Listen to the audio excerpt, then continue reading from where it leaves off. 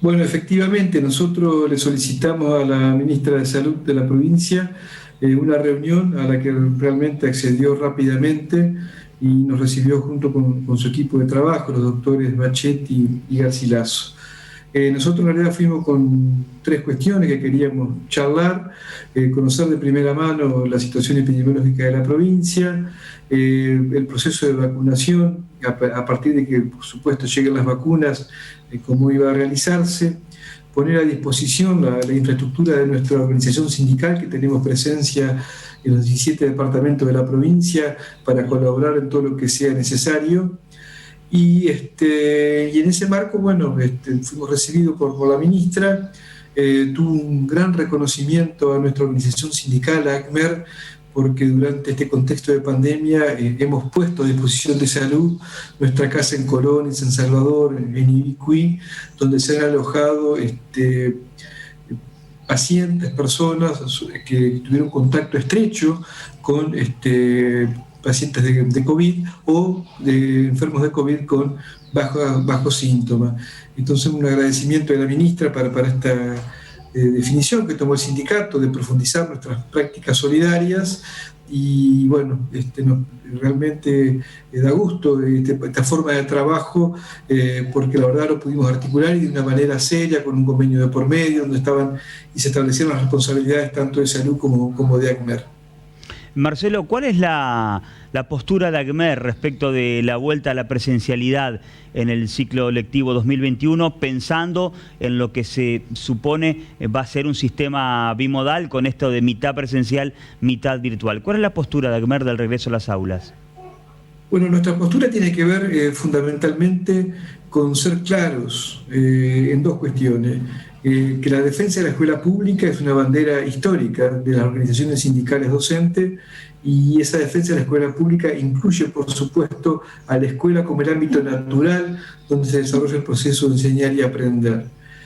Por supuesto que la presencialidad ha quedado demostrado luego de este proceso de pandemia, la presencialidad y la escuela son irreemplazables.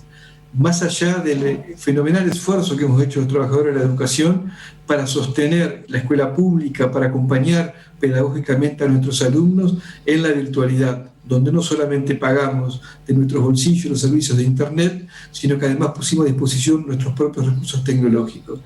Más allá de ese esfuerzo y de haber recorrido las viviendas de nuestros alumnos y alumnas, acercando los cuadernillos, y ese trabajo, la verdad, heroico que hicieron miles y miles de maestras y maestros, profesores y profesoras, es para reconocer y valorar, pero por supuesto que es en la presencialidad donde se da fundamentalmente el hecho educativo.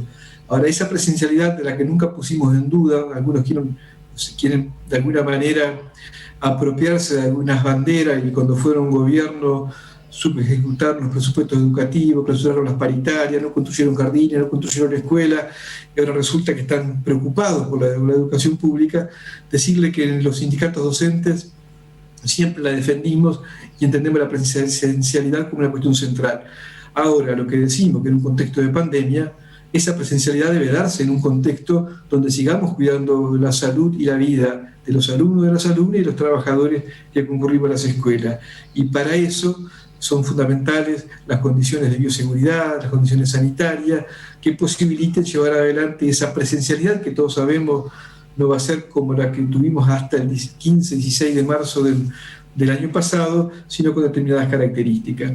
También hemos manifestado en la reunión paritaria del día miércoles nuestra profunda vocación de sentarnos con el Consejo de la Educación en el marco de una paritaria por condiciones laborales a discutir profundamente estas cuestiones para hacer los aportes que tenemos, muchísimos aportes para hacer, y en un ida y vuelta con las autoridades del Consejo poder llegar a los acuerdos necesarios para que responsablemente esa presencialidad se pudiera materializar.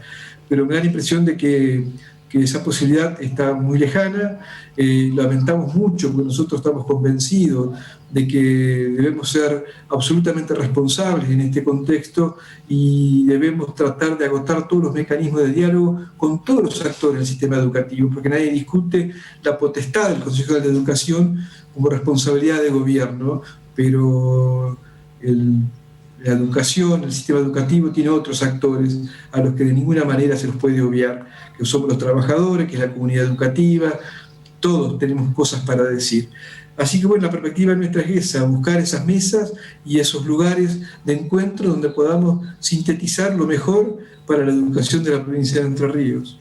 Pagani, estas circunstancias o estos requerimientos desde AGMER hacia el gobierno para la vuelta a la presencialidad, ¿tienen que ver, por ejemplo, con algún número determinado de porcentaje de vacunación del personal docente y no docente o no? O, por ejemplo, también con las condiciones de infraestructura. Aquí en los mensajes que llegaban a nuestro canal tienen que ver con eso en cuanto a las condiciones. Por un lado, la cantidad de chicos, de alumnos, alumnas que van a ir, cómo será el tema de las burbujas y demás, el distanciamiento, los grupos, y por otro lado, perdón, las condiciones de infraestructura.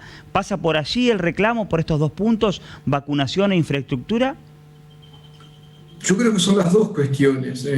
Está claro que nosotros, desde la conducción de AGMER, estamos absolutamente convencidos de la necesidad de vacunarnos todos, ¿no? En este proceso que se está llevando adelante en el país y que por supuesto es un proceso que no tiene la velocidad que quisiéramos todos por las características propias de una pandemia que no es de Entre Ríos ni de Argentina, sino que es del mundo, y la producción de vacuna claramente no puede acompañar esa urgencia. Ahora, también decir de que a partir de que se producen las dos dosis, en el caso de la vacuna rusa, a partir de la primera aplicación se deben transcurrir entre 40 y 45 días para tener inmunidad. Por lo tanto, si este proceso de vacunación, que todos aspiramos a que comience en febrero y finalice en algún momento de marzo, ese proceso de inmunidad en realidad lo vamos a tener en abril, principio de mayo. Ahora, el comenzar la vacunación claramente sería un dato muy positivo, muy importante, para comenzar a trabajar desde otro lugar. Pero en el mientras tanto, y como nosotros decimos que para avanzar en la presencialidad debemos tener en cuenta esto que usted está planteando, estas cuestiones de bioseguridad que no pueden faltar en la escuela. No puede haber una escuela que no tenga los sanitarios que se necesitan, que no se tengan los elementos básicos de jabón líquido, de alcohol en gel, las servilletas de papel para la higiene, que las aulas tengan ventilación. Esto es una cuestión que todos los especialistas coinciden de que es fundamental.